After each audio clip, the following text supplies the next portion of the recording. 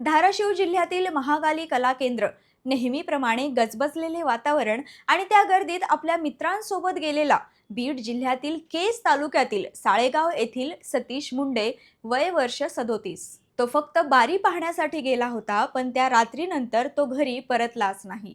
धाराशिव, बीड आणि सोलापूर जिल्ह्यातील कला केंद्रांमध्ये अलीकडच्या काळात वाढत्या गुन्हेगारी घटनांमुळे पुन्हा एकदा भीतीचं वातावरण निर्माण झालं आहे. काही दिवसांपूर्वी बार्शीत नर्तिका पूजा गायकवाड हिच्या प्रेम प्रकरणातून एका माजी उपसरपंचाने कारमध्ये स्वतः गोळी झाडून आत्महत्या केल्याची धक्कादायक घटना ताजी असतानाच आता आणखी एक गंभीर प्रकार समोर आला आहे. यावरून एक प्रश्न उपस्थित होतो, कला केंद्र सुरक्षित आहेत का? या प्रकरणात कुटुंबियांनी या मृत्यूवर गंभीर आरोप केले आहेत. फरियादीनुसार सतीशला त्याच्या मित्रांनी आधी दारू पाजली.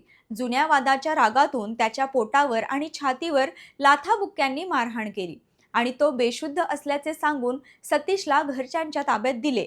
परंतु या मारहाणीतच त्याचा मृत्यू झाल्याचा आरोप कुटुंबाने केला आहे. या प्रकरणी शेख आझमुद्दीन, शेख रौफ, संजय गीते, मधुकर इंगळे आणि दत्ता तोंडे या 5 जणांविरुद्ध गुन्हा दाखल करण्यात आला आहे.